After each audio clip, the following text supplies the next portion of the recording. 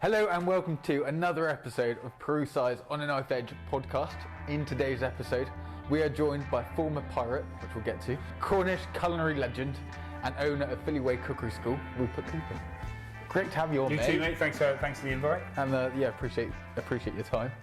Obviously, you came on the experience day, made your knife, and I heard part of your story. But I think a lot of people will want to learn a little bit more about you. So where did your whole passion and everything come from with food? So from, let's say, 11, 12, 13, as food became kind of more aware of it, Jamie Oliver came on TV with Naked Chef in the early 2000s, and I watched that with my mum, and I was like, this bloke's wicked and it's amazing, it's really accessible, and I started to try and recreate some of those dishes. Rick Stein's French Odyssey, I would owe 50% of my kind of cooking ability to as well. So yeah, it was literally TV and then just taking it to what I have now. I used to watch Saturday Morning Kitchen before rugby games and stuff, like in the mornings before most games, and so stuff like that as well. And I've always been a very visual learner, so watching it on TV and then trying to either recreate it or whatever is pretty simple to me. Do you find that a bit easier than recipe books? Yeah, 100%. Like recipe books, I will look at the ingredients and the dish and I'll be like, I can probably figure that out, because I'm not. I think I'm similar. Yeah, and it wouldn't surprise me if you get probably 80% of chefs are like that, because that's the way they learn and the way the brain functions. I don't know many people who can read a recipe and kind of distinguish it and digest it and then recreate it. For me, because food's pretty simple in many respects, because you've got a few rules and a few things that work and don't work. So once you see one dish, it's pretty replicable to others.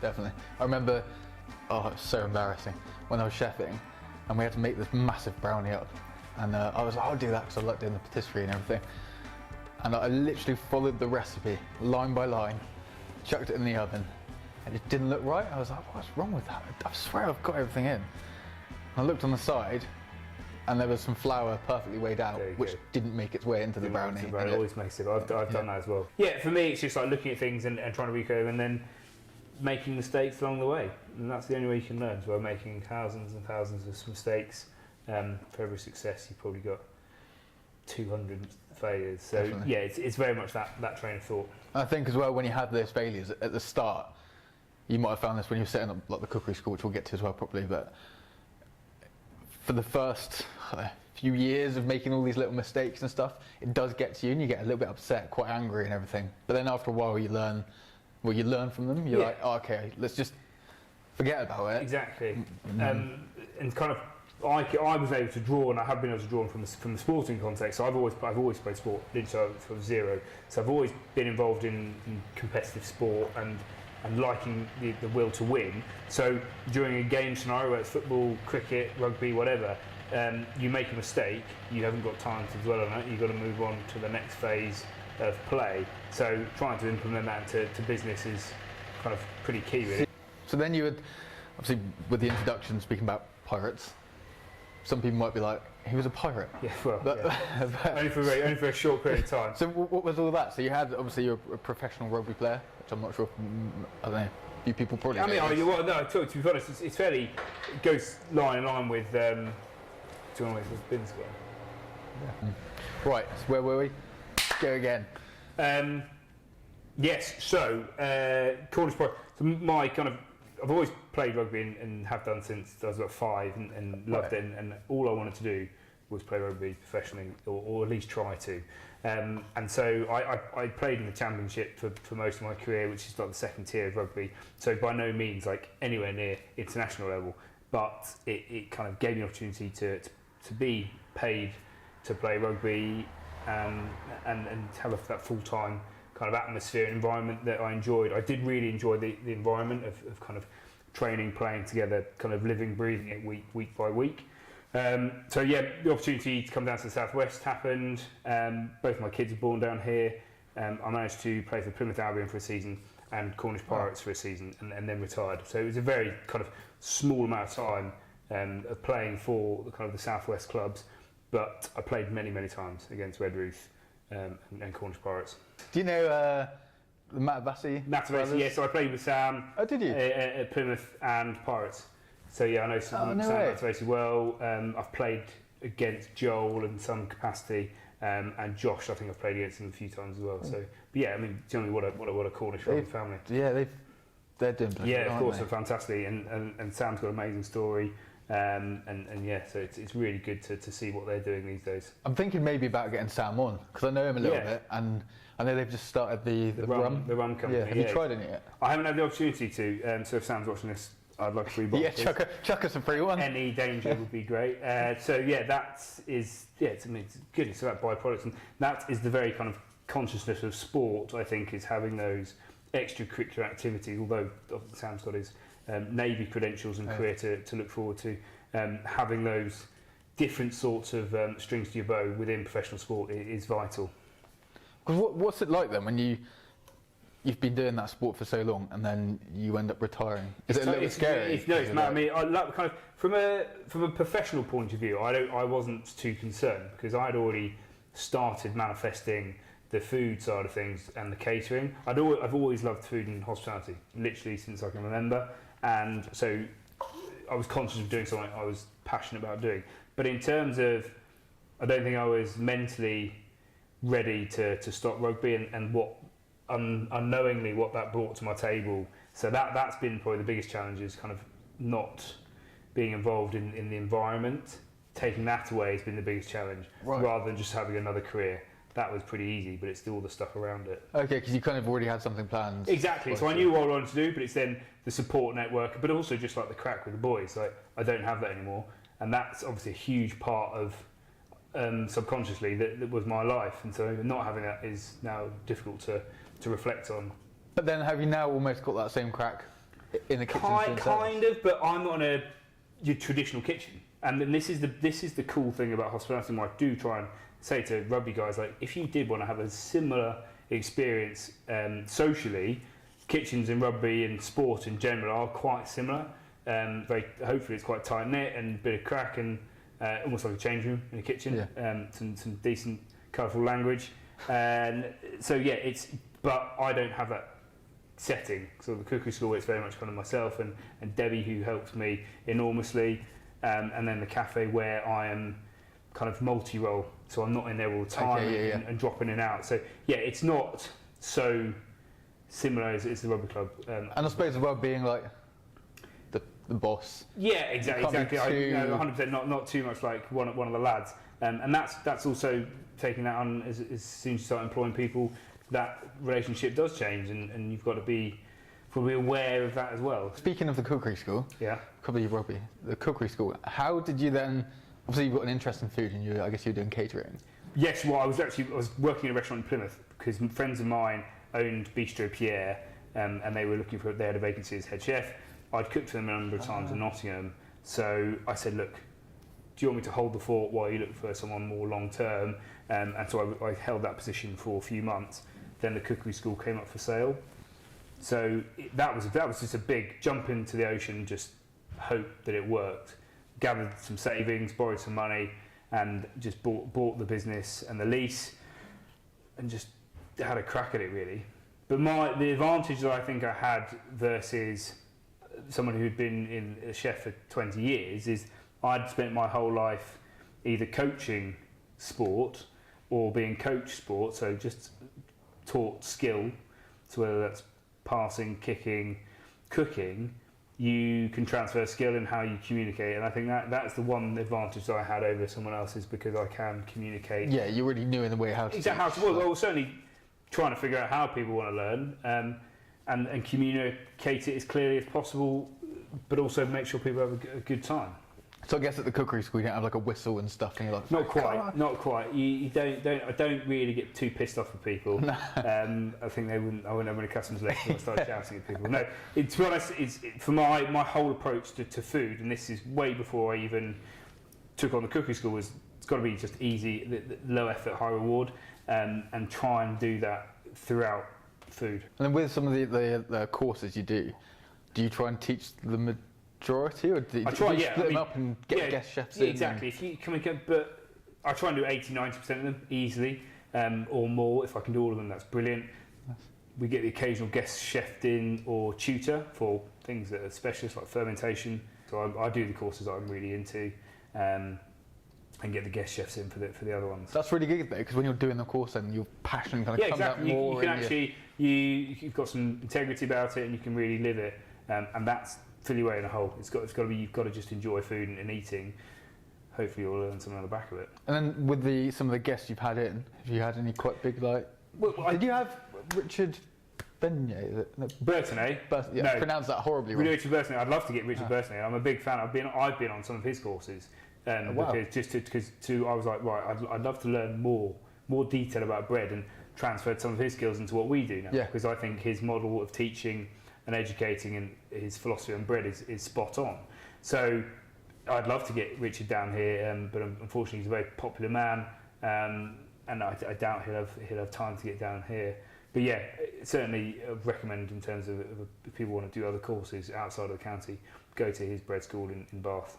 Well, maybe if he's watching this, yeah, come he'll back. get in contact, Yeah, and then he probably will. sort it. And then what about any others? Andrew Tuck we had. Oh, yeah, we had Andy Tuck before, kind of in his few early years at St Q.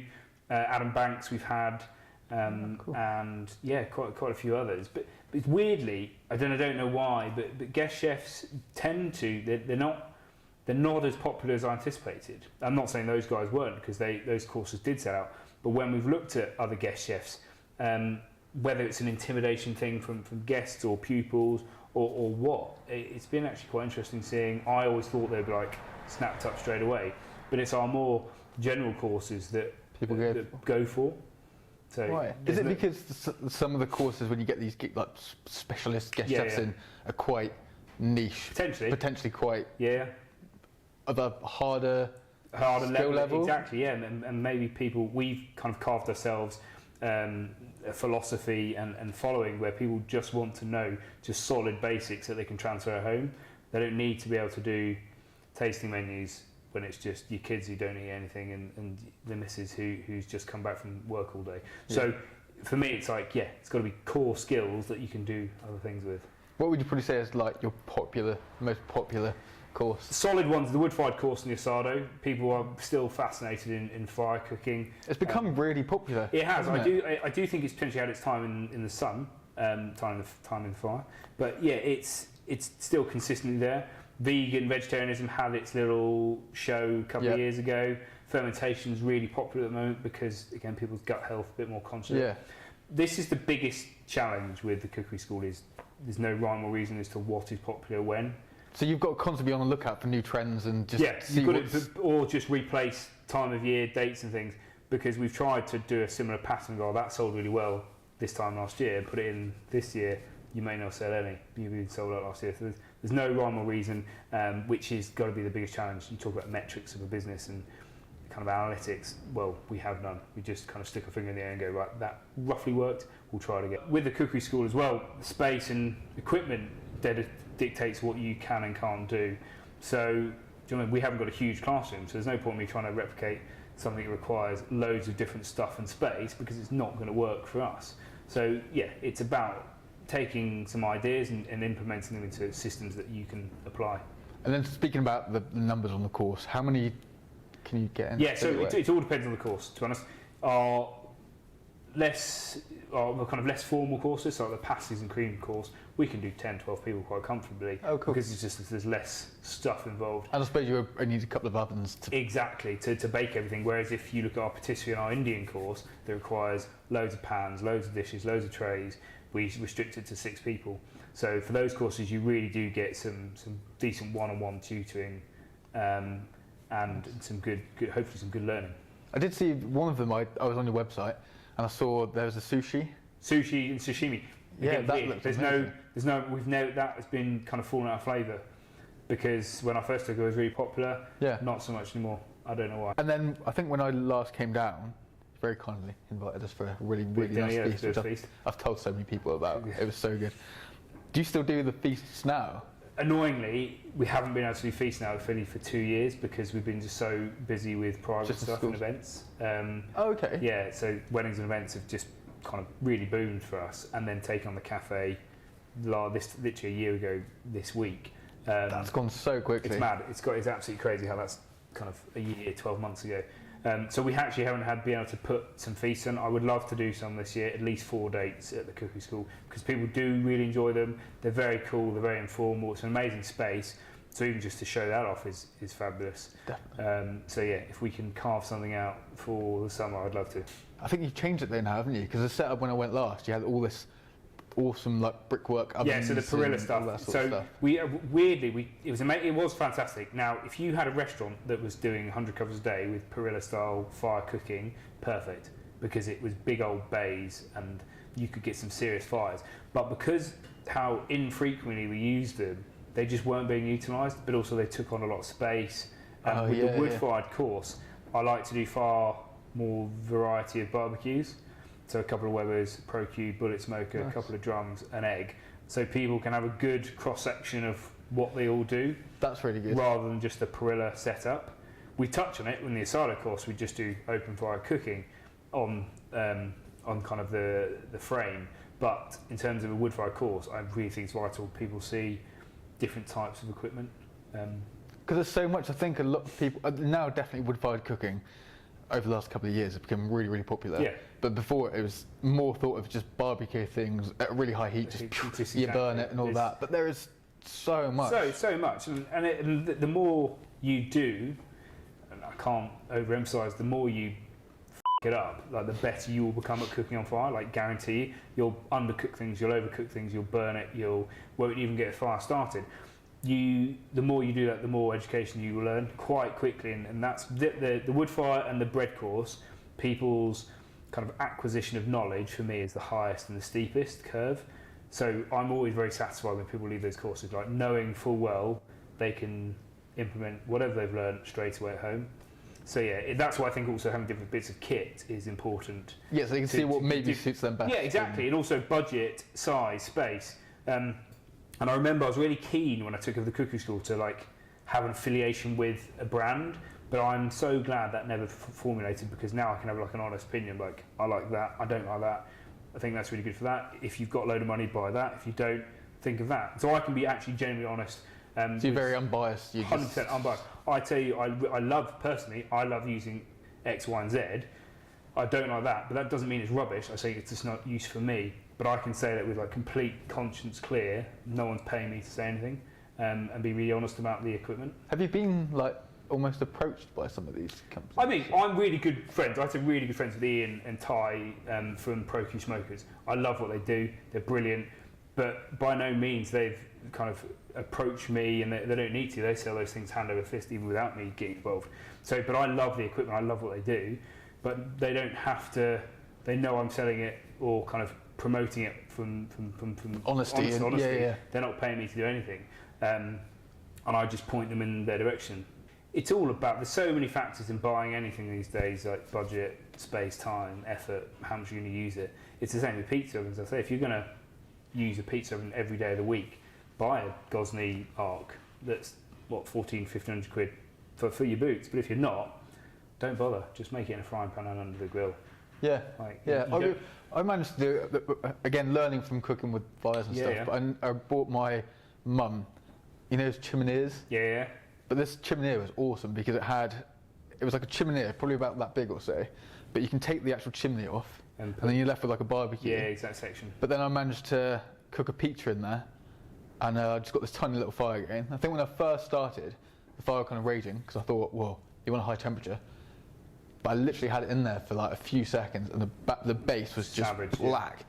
And then gradually learning to control the heat by moving the wood around a little bit or putting a little bit less on. And but that was only, I think that was maybe 90 quid. Yeah. And it wasn't really meant for. No, it's not meant. And this is the thing. It's all up to how you're going to use it. But at the end of the day, we look centuries, decades, thousands of years. People have been cooking on fire.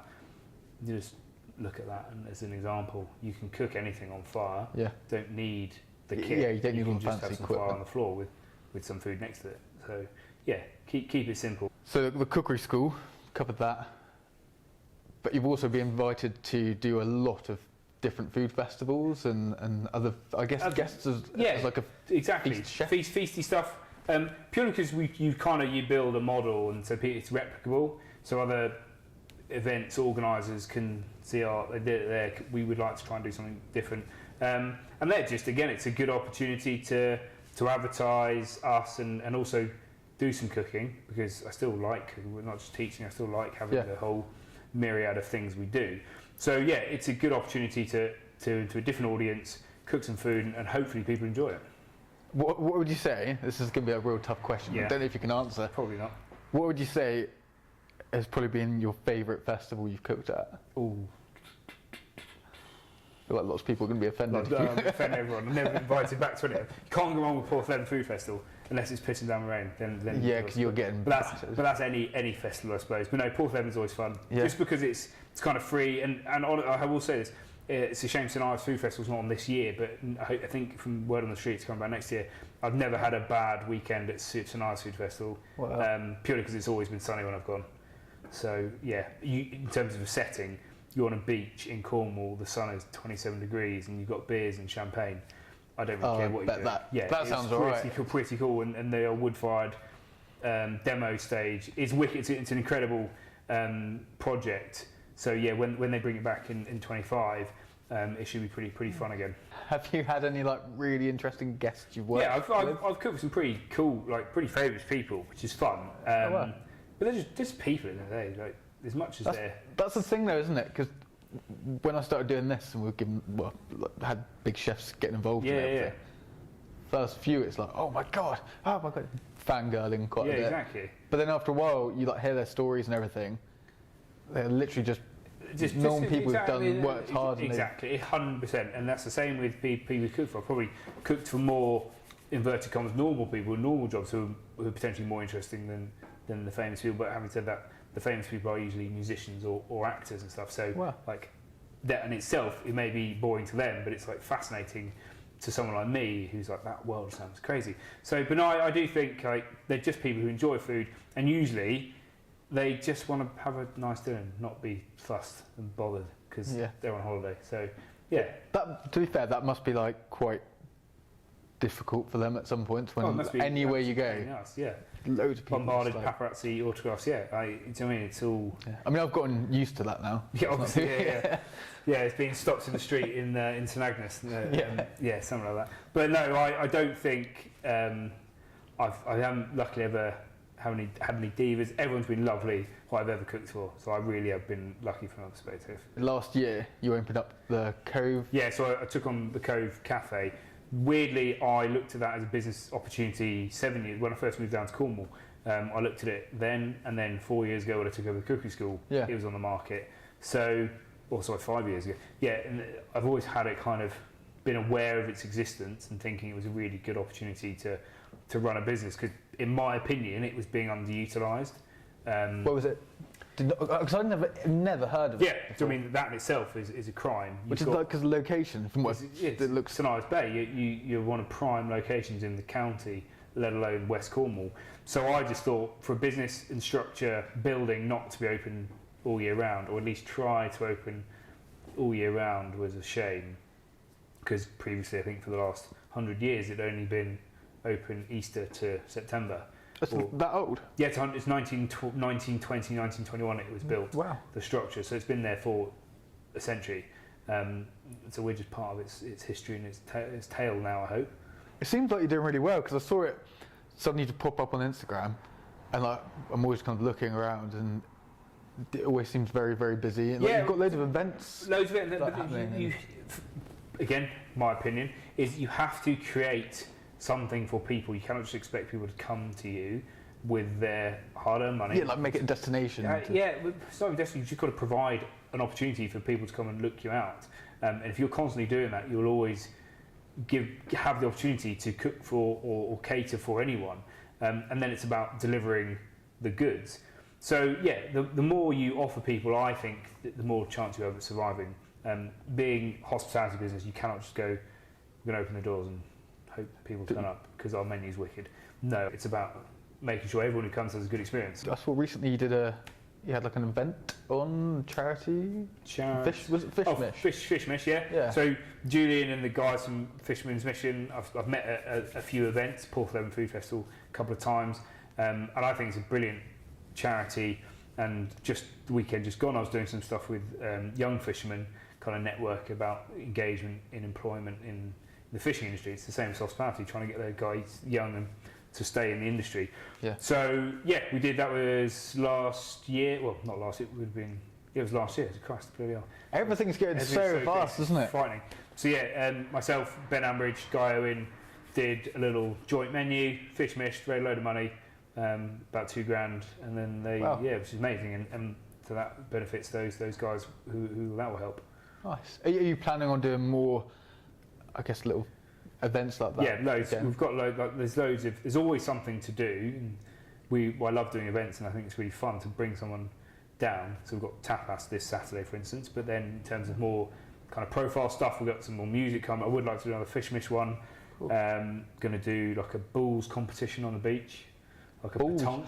Oh yeah, the French style petanque. Love so we're going to do that in June maybe, which will be fun. And then just like loads of stuff really. That's awesome because like you said a second ago, creating engagement and doing these things that will draw people in. Hopefully, and that's the thing, you can only try. If you don't try, you're going to kick yourself, and you do try and you fail, at least you've given it a go. And that's what it's all about. And then do you have any other future plans, or at the moment are you just keeping your two going? Yeah, I mean, I think I've probably grown up a lot in my aspirations over the last few months since taking on the cafe, going, I'll do this, and this. And if you've got to live within your means, there's no point just taking on a business because you want to. It's got to have some evidence in its success, and so I've learned that a lot. But there's not things in the pipeline. At the Cookery School, the guys around the farm are developing that for like a 10k woodland walk. So that will be free for the public to come and walk around because they've got amazing scenery and farmland there. So that's going to be there, and put planning in for a cafe, which will be next to the Cookery School. But that's. Do you reckon you would take that on? Yes, that's part of the planning that I would take on the running of the cafe. And the woodland walk would be then accessible to the public to walk around and hopefully come in for a cup of tea afterwards. Are there like a collection of, I'd say, like Cornish chefs who you kind of look to sometimes for inspiration? And I don't know if like inspirations, because you're slightly focused on what you're doing these days. I would probably say if inspiration is the thing, it would be more either books or do you know, Instagram's got such a fountain of knowledge these days. You come across stuff, and I rather than look at menus these days, I look at dishes that are replicable and then transitional to an event scenario. Because there's no point, because of 9 times out of 10 when I'm doing the bigger stuff, that's in a field or somewhere random. So you've got to be mindful of what you're serving and its ability to be served to a number of people in a relatively short amount of time. So it's all well and good having an amazing dish that's got bits and swirls and foam. But if you've got like 200 or 300 people and you're like... You're fucked. So basically, So it's about kind of boxing clever and still giving people value for money. Has there been one moment where you kind of step back and be like, this is my proudest moment? No, I think it's similar to sport. I think it'll be years before you kind of reflect and go, that's actually far more impressive than you let on, because you're so in the moment. I'm not trying to take my foot off the ground. I actually don't think it's time to reflect at the moment anyway, because I'm still not anywhere close to where I want to be in terms of what I'm doing consistently. Is it good enough? No, it needs to be better. So I'm not in a headspace where I'm being reflective anyway. I think a lot of people have asked that question to have said similar because I think as well, because I was also trying to think then what was mine, but like you just get so caught up in the activity of the thing you're doing, and you're always focusing on something further ahead. You don't really think about what I've achieved, because you're looking more to the future. Yeah, and sustaining that business model or whatever that kind of service you're doing at the time has got to be, you're thinking on the next step. I think when either I move on from the Cookery School or the cafe, then maybe that's the time to reflect and go, that was quite fun, or I did that quite well, or that was a bit of a fuck up. Then that'll be the time. But I certainly don't think it's the right moment currently. Do you have like an end goal you want to get to? Is it, drive myself to go. No, I kind of like, I'm aware of some timelines in the Cookery School and the cafe, and kind of got some ideas. But as you well know, like, the economy is a constantly changing beast at the moment, and you can't plan anything. So there's no point me trying to go, oh, I'm going to sell these businesses in X amount of years, because it may not be the right time or whatever. So, or another opportunity might present itself that I'll go, do you know what, I think it's time to move on. So yeah, I've got a penciled in idea, but nothing that I would put my name to. Yeah, I think, like as you mentioned, I think now it's almost just like hanging on. You're just trying to get through all the shitstorm. Hospitality is in a real tough boxing match at the moment, and it's about just sustaining business for the next 12 months, I think. But I'd like to be right. Those who can sustain the next 12 months, I think, will come out better than they went in. And while this is potentially a bit controversial, I do think Cornwall hospitality has been slightly spoiled over the last 4 years, 5 years potentially, because COVID gave us 1,000,001 tourists who were cash rich from furlough, not going away, and then you chuck on some funding and eat out to help us. So we kind of had this perfect storm of whereby we were being handed a lot of business that is now being obviously got to be paid back. So it's really difficult now to go, oh Christ, there's not as many tourists, everyone's poor, and cash rich, all those loans are being paid back now. So it's a tough one to swallow, but that's the fact of the matter. You can't look at those three examples and not take them into account for why some businesses are kind of struggling. There was a point as well with the Eat Out to Help Out, because I think I had to lend my services. That sounds a bit... but not that type of service. You got to do. Yeah, but I think I had to come back and help out a few people because there was just such a shortage of chefs. Massive. But then a massive wave of people wanting to dine and everything. So you want to take the opportunity because hospitality had been shut. Like, they were the first things to go. So yeah, you've got to make up that lost revenue, but it was almost too much too soon, in a too short space of time, to make any sort of investment, because you're not going to bring on loads of long-term chefs knowing it's going to get back to normal at some point. So it's been, ironically, that has probably made it more challenging for a lot of businesses. I think as well, definitely over the last few years, a lot of businesses have like changed, and well, you've got to, but like adapted to everything. And definitely now, you can see that even some of the higher end restaurants, where you'd be paying, I don't know, 150 quid or something a head, are now creating other menus to supplement. Just to try and get more people coming through. And but if you're constantly evolving, you're never going to be hopefully stagnant.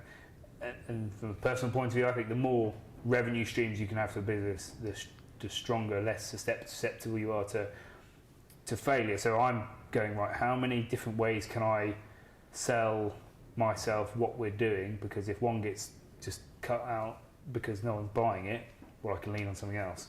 So diversity is key in any business. From what I know in hospitality, diversity is key. I think so. Yeah, and definitely the last few years have been like a kick to everyone to be like, oh God, we've got to try something different. But that's different's not always right. Do you know what I mean? It doesn't mean because it's different it's better. You either just refine your processes and what you're offering, whether that's, okay, can we do this with less staff? Do we need more staff? Is that what our problem is, to make it something? So it's not necessarily about just, let's do something completely different, or let's do that because that's not. It's about looking reflectively and analysing what you're doing and going, right, that hasn't worked. How can we improve it? Yeah, and hopefully, I kind of feel like you said, if we can get through this year, next year, hopefully will be more like growth. Yeah. Within hospitality down here. Or at least consistency and... Yeah, because at the moment it's just... None, and the weather doesn't help, I'm not even... Control the controllables, but seriously, someone needs to get a grip on this weather because it's breaking everyone. It's not doing anything for anyone. For like, hospitality farmers. Farmers, like, I mean, the whole because they've already got it bloody tough enough anyway. Exactly. So yeah, I mean, by all means, don't say right in 12 months we'll be fine, because I could be bankrupt in 12 months. So who knows? But no, I'm just praying and hoping. We'll have a catch up. We'll have a catch up in 12 months and just see if I'm living out a shoebox. Yeah, and we'll both be here just in tears. Like, Yeah, it didn't work out. It didn't work out. I was wrong. So I probably will be. But I'm going to try and stay positive on that perspective. Yeah, I think that's it. You've got to try and stay overly optimistic and think, right, I'll get through today. I'll get through tomorrow. I'll just keep going. Yeah. Eventually, you see the light. Optimistic and box clever. There's nothing else you can do, really. Have you ever been asked to go on any TV? Have you done any TV? Not at all. I don't think Would you? Face for TV, face for radio, maybe. I'm not in that world, that stratosphere of people and chefs, and so I think I just do what I do, and if people want to listen to me, then I'll talk. But no, it's not. No one's asked me. So. I feel like soon, mate. I'll be seeing you on the telly popping up. That really weird. There could be a niche that they're looking for, and I could be it, but I don't think I am. But I would know. I like talking, and that's a bonus. So if there is an opportunity to do some more talking about food on TV, then I'll be happy to put my name to that. But I think that's really good. Is what annoys me sometimes when you watch the telly and you see all these reality programs and all it is drama, negativity, just absolute toxicity, and just a load of. Well, I've got to be more focused on like people doing really good things, who are positive, investing in their passions and. Yeah, I mean, perhaps that doesn't sell. No, at the end of the day, it's about viewers, and I think we like a bit of misery and a bit of death and destruction. So maybe that's what viewers want. They want to see some misery. Yeah. Well, hopefully with this podcast, we'll change the whole of society. Change the world. Yeah. We'll leave it there. Cool. But thank you so much for coming on, Dave.